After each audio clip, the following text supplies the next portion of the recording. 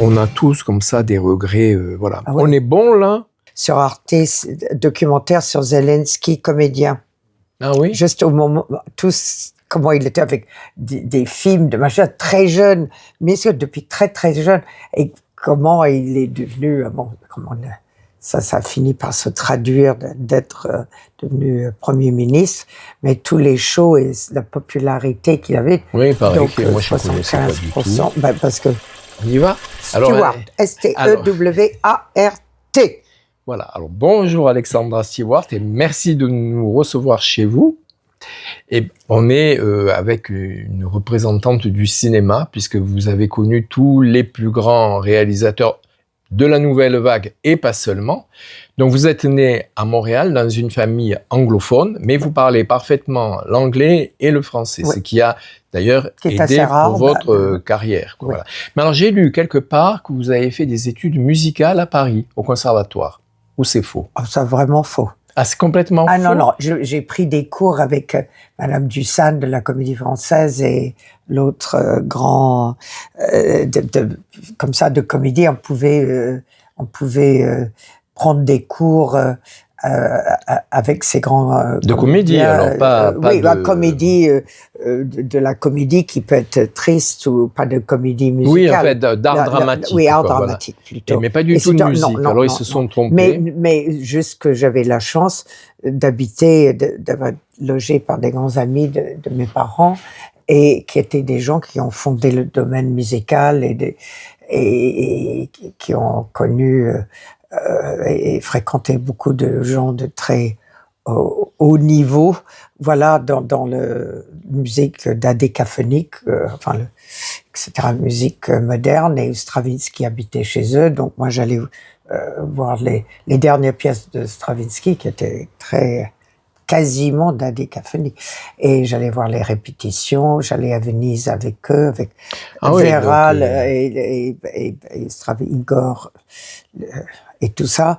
Oui, c'était grâce à ces gens très cultivés qui, leur seule fille était, elle, en Indochine, parce que son mari travaillait à la Banque d'Indochine, c'était en 57, et donc, eux, ils m'amenaient absolument partout, qu'avec des gens passionnants. Que des gens qui venaient jouer au piano tout le temps. Mais vous jouez? Non, moi, rien. Non, ma sœur, non. Moi, je suis quelqu'un qui se peut être assis au cinéma ou pour un colloque ou quelque chose, mais je ne supporte pas d'être assis, je ne joue pas aux cartes. Au cinéma, souvent j'ai fait beaucoup de jury à travers le monde, ce qui m'a permis de faire des voyages formidables en Sibérie, en wherever. Mais absolument impossible, à part dans les avions, être forcé pour aller jusqu'au Japon, d'être assis pour le cinéma. Oui, je peux voir des trucs pendant 4 heures, 5 heures, ça oui, mais sinon je suis quelqu'un qui n'aime pas être assis, qui est toujours... Très actif, quoi. Oui, très, voilà. Et marcher beaucoup, et bouger, bouger tout le temps, presque la bougeotte, que ce soit pour des voyages, pour des choses que j'accepte, que d'autres personnes n'auraient peut-être pas accepté. Moi, c'est parce que je suis quelqu'un de très curieuse. Mais non, pas de musique, à part que j'ai eu la chance, oui, d'avoir connu des grands jazzman, je ne sais pas, Boris Vian, d'avoir croisé des gens importants dans la composition musicale en tout genre. J'imagine que oui, vous devez avoir beaucoup... D'ailleurs, vous avez écrit un livre de mémoire, si je me souviens bien. Oui. Alors, après... Alors, comment ça se passe pour le cinéma?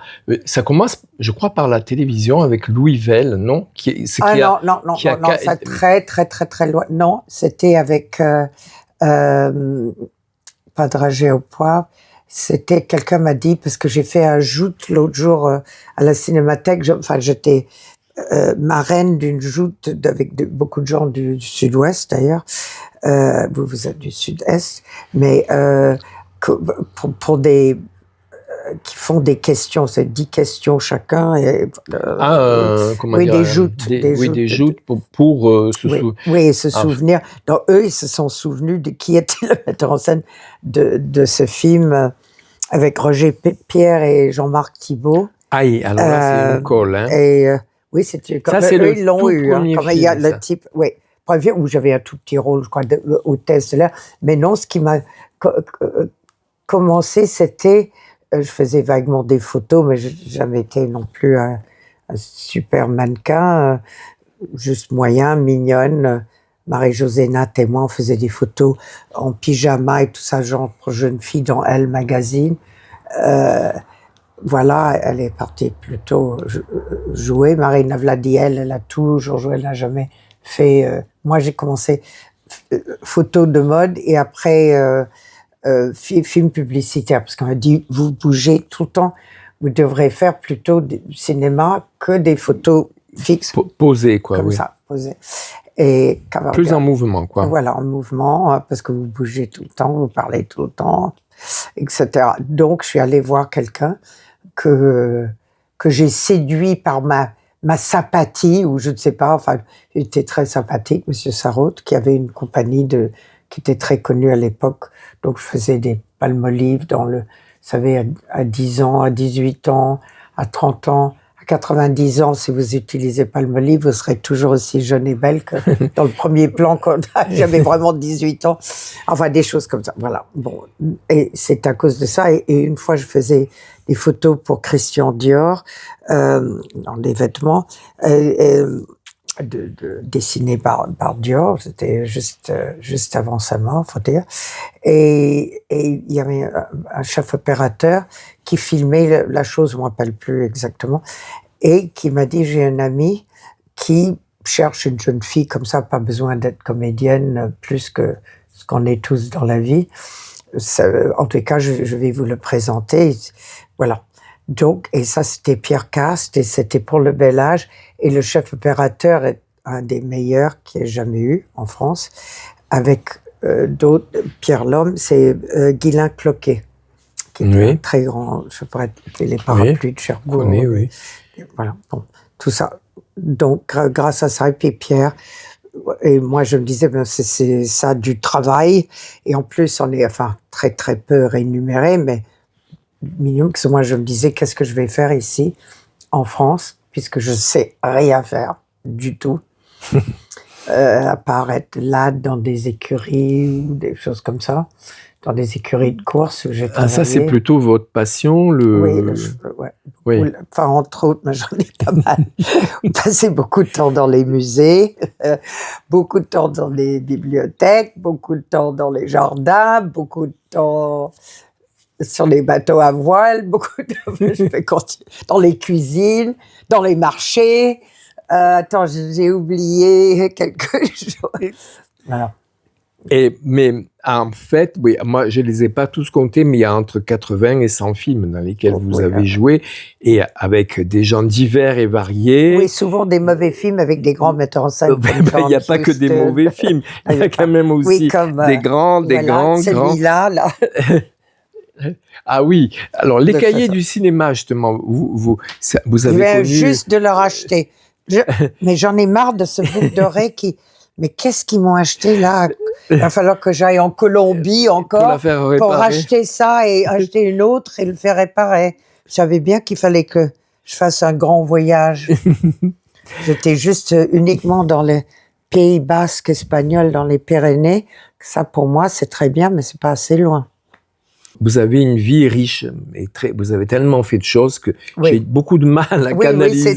C'est le labyrinthe, c'est un labyrinthe. Les trucs de tapisserie, pas que de Bayeux et tous les autres. Celui que je rate toujours, celui non, pas à Nantes, à Angers. Ah oui, oui. Kilomètres de long, mais qui était fermé longtemps en restauration. Ah, vous aimez beaucoup les tapisseries? Non, j'aime les beaux, j'aime celui de Bayeux parce que... Ah oui, la tapisserie de Bayeux, oui. Les choses, la tapisserie, non, parce que je déteste... Ah non, je disais les voir, pas en faire. Ah oui, les voir, non. Mais c'est mon ami à Nîmes qui, lui, à Arles, pardon, lui est un grand artiste de la tapisserie. Oui, il fait des œuvres d'art en tapisserie extraordinaires. Voilà. Ben, je Alors, disais ça donc, comme ça. j'imagine que c'est par Louis Malle, j'imagine, que vous avez connu peut-être tous les gens des cahiers du Ben, cinéma. non, non, non. Non, pas du tout. Non, non, par Pierre Cast. D'accord. Et Par alors? Guylain Cloquet qui m'a présenté à Pierre Cast, qui était au cahier du cinéma, je les ai tous là, et Jacques de Noval-Cross qui Voilà. les a Et mais comment, fondés, par exemple, et qui joue le rôle où il est formidable dans Le Bel Âge. C'est un film en trois sketchs, oui, avec Françoise Brion qui est devenue sa femme par la suite, et qui était mon partenaire, que s'appelle Le vieil idiot. Et il y avait Boris Vian, il y avait Jean-Claude Brialet qui venait de commencer. C'était vraiment 58. voilà, oui, ça c'est vraiment les débuts, quoi, oui. Voilà, donc, et c'est ça. Et après, comment j'ai rencontré, oui, Godard, il fallait que, je faisais des photos avec Anna Karina, etc. Donc, tous les deux, on est allés pour Le Petit Soldat de Godard. Il l'a pris. Anna Karina, et ce que je comprends, ce que j'ai compris, qui a toujours été une de mes actrices préférées, absolument adorable, comédienne danoise d'origine. Voilà. Et voilà, après, c'est selon qui d'autre. Il y a Chris Marker pour Sans Soleil. Oui, mais tout ça, c'est très. Oui, après. C'est après. Oui, c'est après, parce qu'avant, j'ai fait un film de Tarzan au Kenya qui m'a permis de rencontrer Otto Preminger à Londres, dans le studio où il était en train de monter le film Exodus. Donc, il a dit, voilà, ce serait très bien pour ce petit rôle de sœur de Paul Newman. Alors moi, je lui ai dit, j'ai pratiquement jamais joué. Là, un film de Tarzan, il fallait juste marcher dans la boue et dans la forêt, dans la jungle, etc. C'est pas vraiment jouer. Non, ça fait rien. Ça fait... Donc, vous savez, une chose mène à une autre. Mais c'était l'eau à la bouche. Après, avec Bernadette Lafont, Michel Galabru, qui avait jamais joué au cinéma, à cause du Bel Âge. D'accord. À la bouche, avec les chansons de Serge Gainsbourg. Serge Gainsbourg, oui, l'eau. Ouais. Voilà. Ah oui, ça fait quand même beaucoup de choses. Et donc, il y a quand même, il y a Chabrol aussi, vous avez joué avec Chabrol. Oui, ça, je l'ai rencontré par Paul Jégoff, très vite aussi, et par Jean-Claude Brialet. Et c'était tout.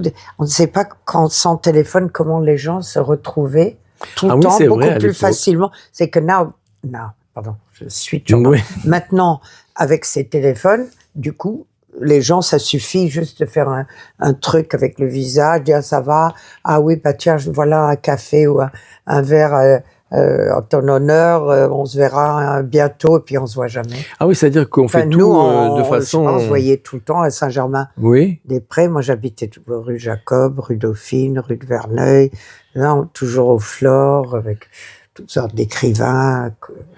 C'est vrai, c'était tout à fait une autre façon de rencontrer les gens. Mais on se demande comment on faisait. Ben oui, j'essaye parce que maintenant, pour aller mes meilleurs amis, je les vois même plus. Mais oui, ça nous a coupés.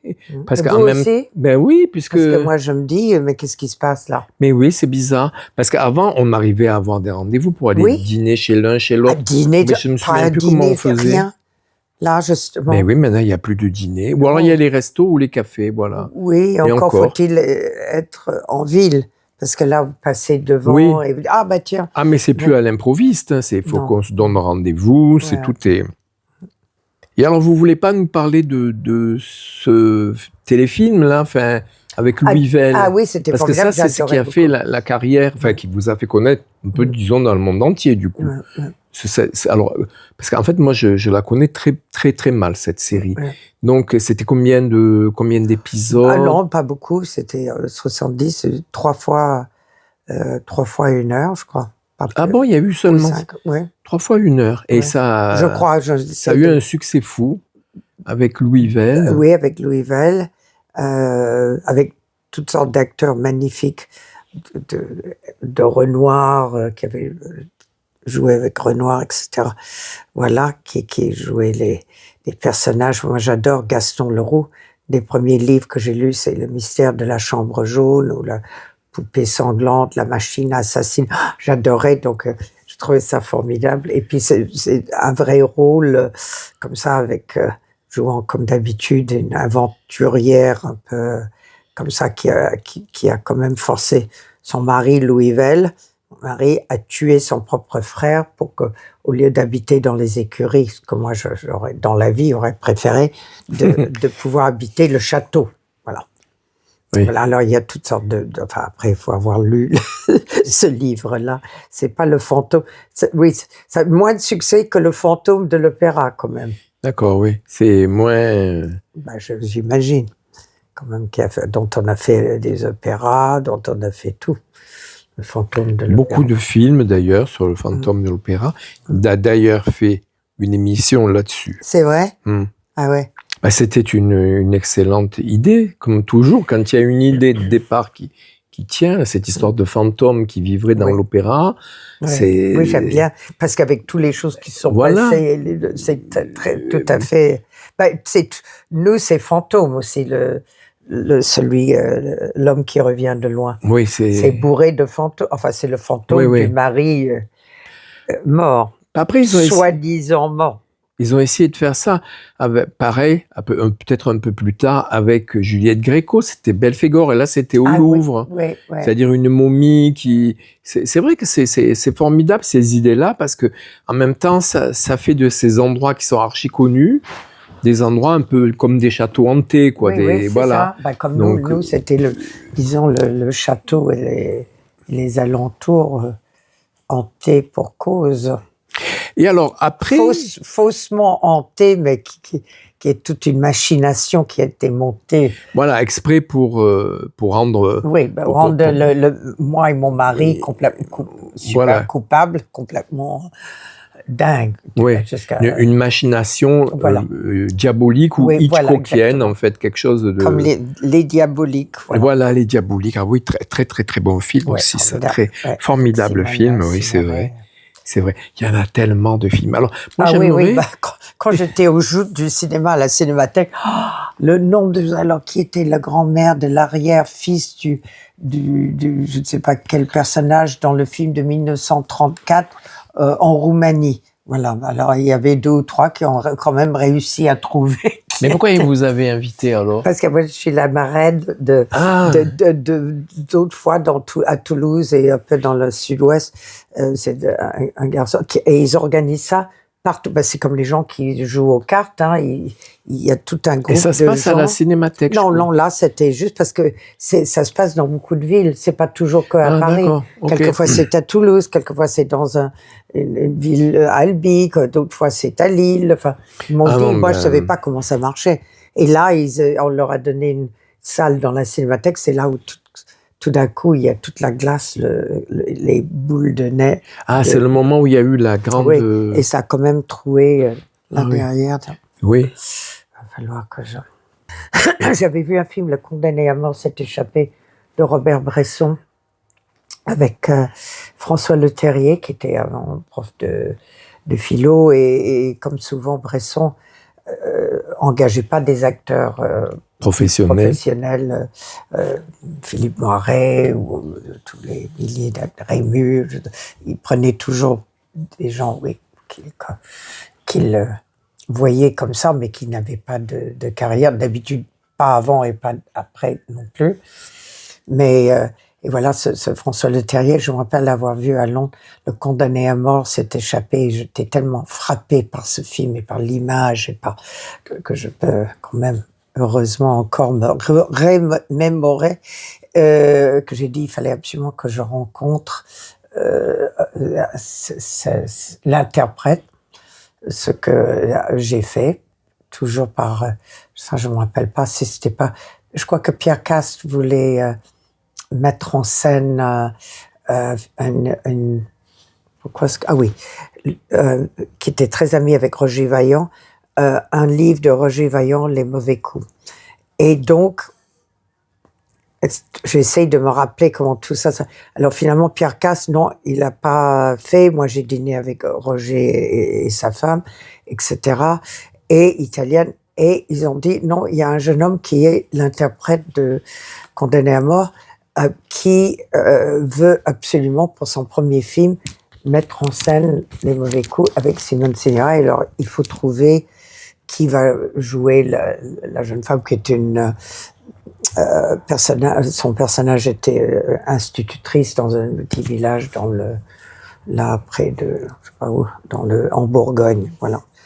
Voilà, bon, et voilà. Donc à la fin, j'ai fait des essais et contre l'avis, elle avait raison, Simone Signoret, le metteur en scène qui était amoureux de moi et moi de lui, m'a pris moi et pas Romy Schneider, mais Romy Schneider était trop bonne actrice.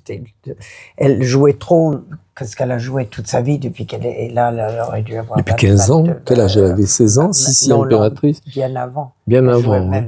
Et sa mère était actrice bah oui, aussi, oui, donc... Magda. Oui.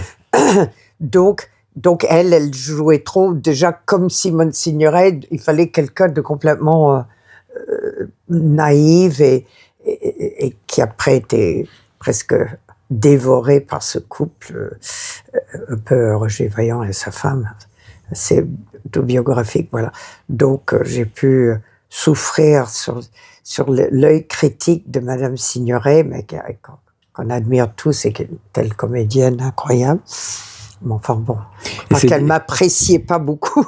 Ah bon? Et c'est difficile alors dans ce cas de... Ah oui, très très difficile. Ouais. On n'endort pas la nuit, mais une fois qu'on est dans le truc, c'est difficile de changer.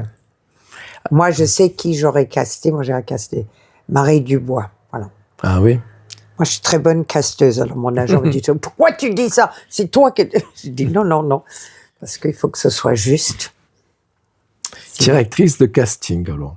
Oui. Moi, j'aime tout dans le cinéma. J'étais assistante, j'étais de la Combe-Lucien, j'ai trouvé beaucoup d'acteurs pour John Huston, pour des tas de personnes. Ah, parce que je suggère, bah tiens, voilà, toi, je suggère à tel... Tu ne vas pas passer par un agent parce que tu n'en as pas.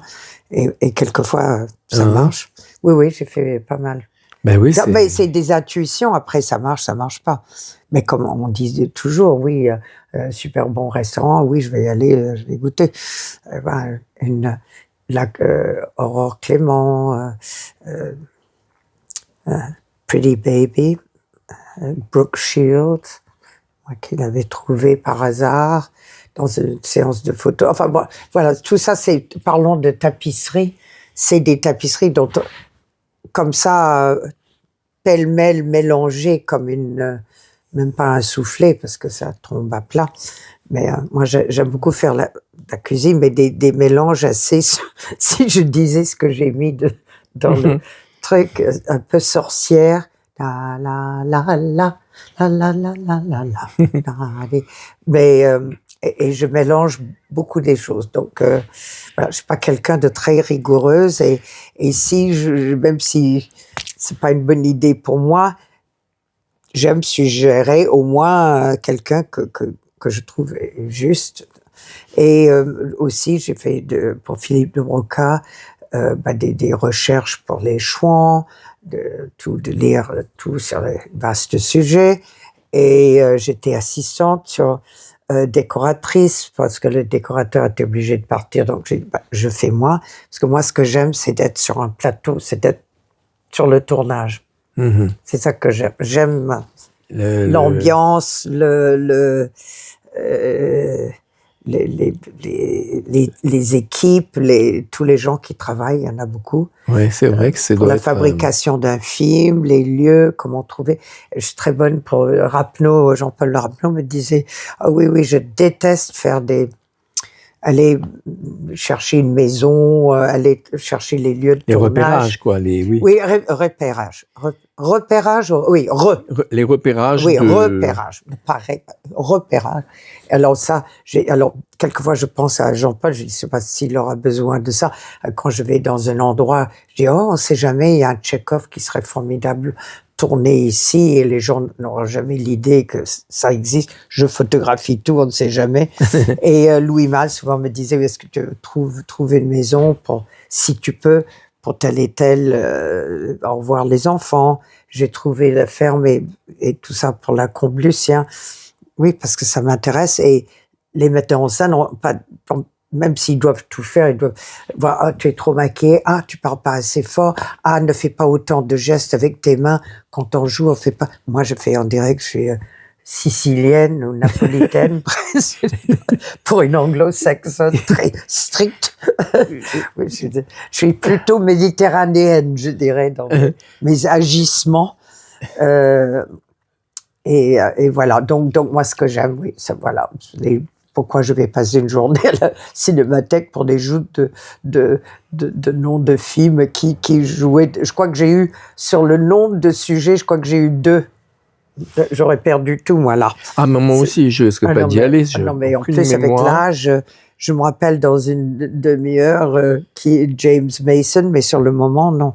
Je vais oublier, aussi par angoisse, que je vais oublier, donc j'oublie.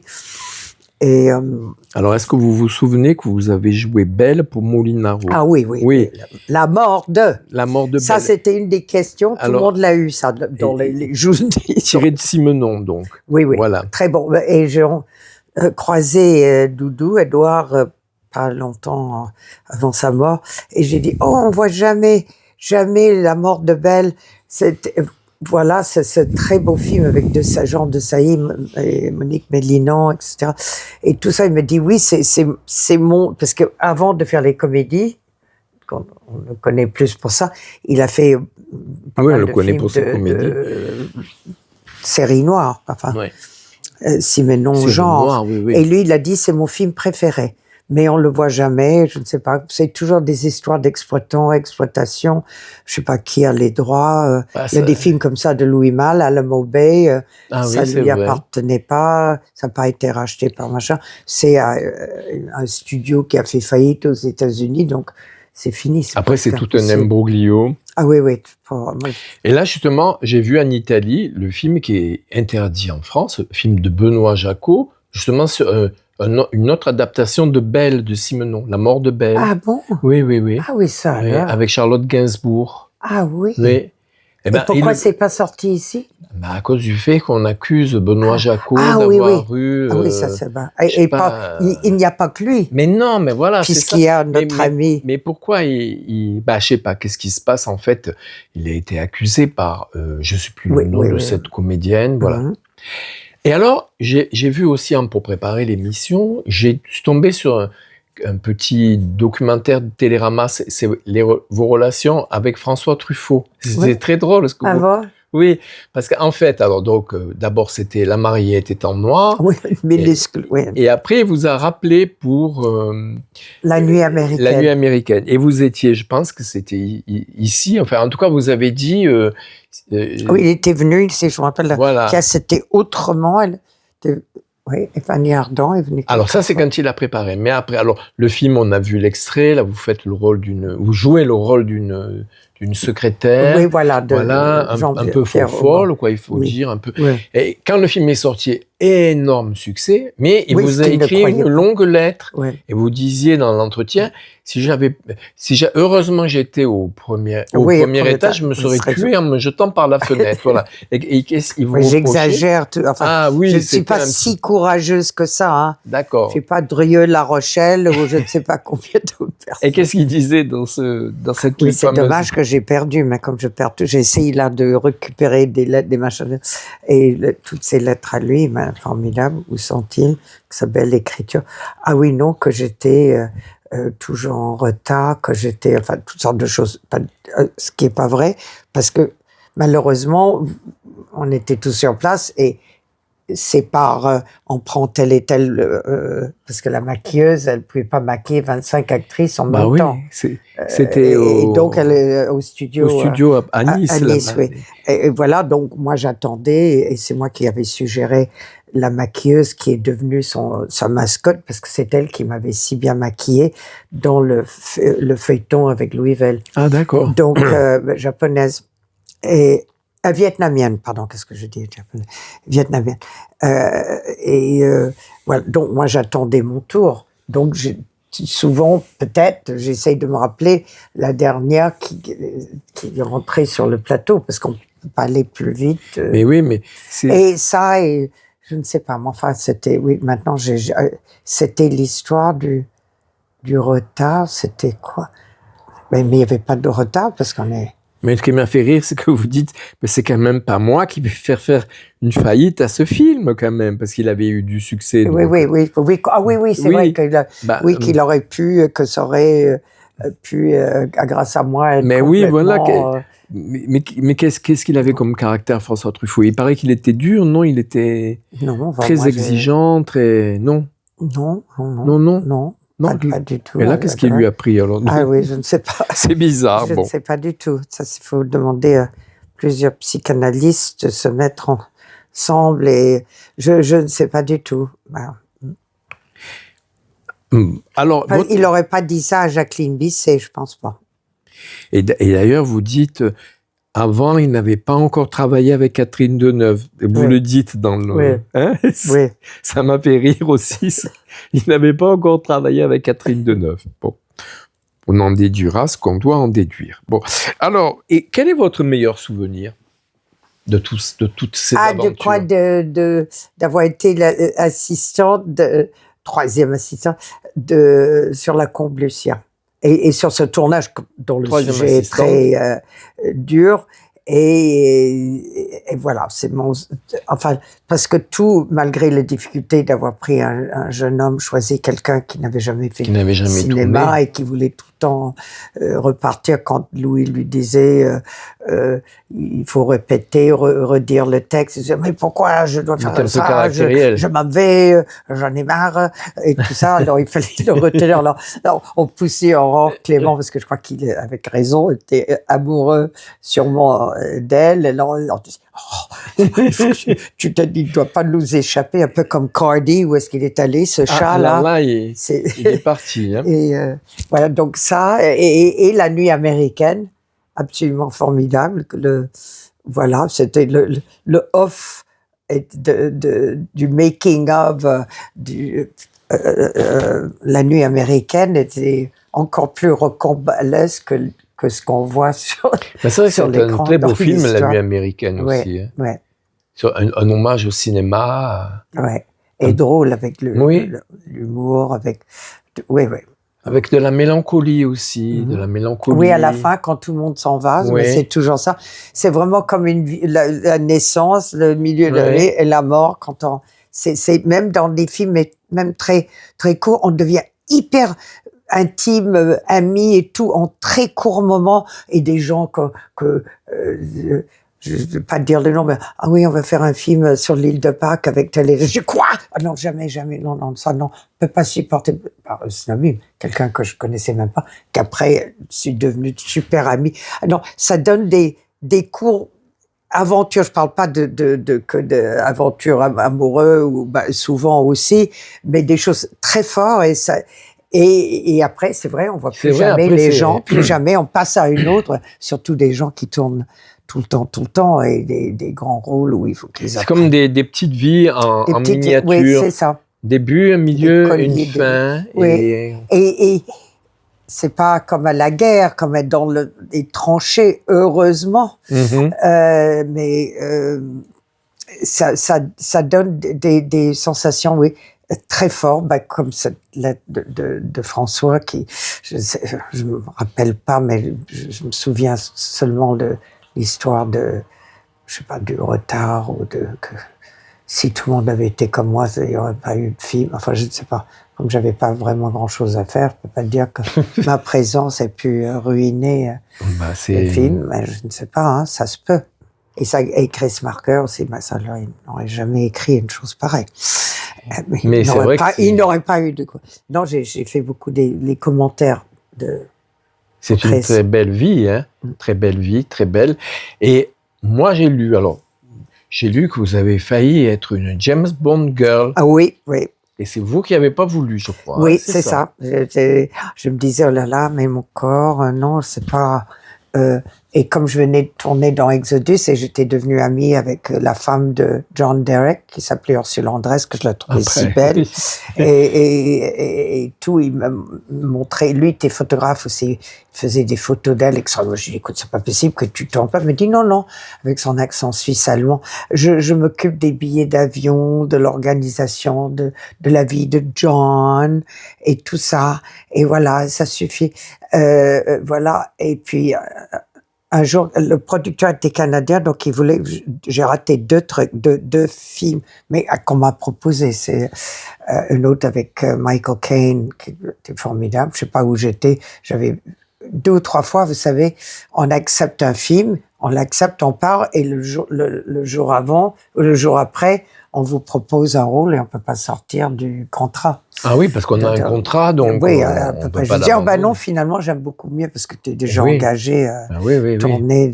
Ah, ça doit être compliqué à gérer, tout Oui, ça. c'est hein. très compliqué. Et quelquefois, on rate vraiment les seuls films importants qu'on aurait pu tourner. Mais oui, donc je disais, il faut que vous veniez à Londres pour faire un essai en maillot de bain. Alors, je ne me voyais pas en bikini. Peut-être je mangeais trop de pâtisserie grecque ou je ne sais pas quoi. J'ai dit, mais j'ai une amie, elle n'est pas comédienne, encore moins que moi. Et voilà, peut-être vous devrez faire des essais pour elle. Elle aurait dû me donner 10%. De toute façon, Bibi Andersson chez notre grand ami suédois.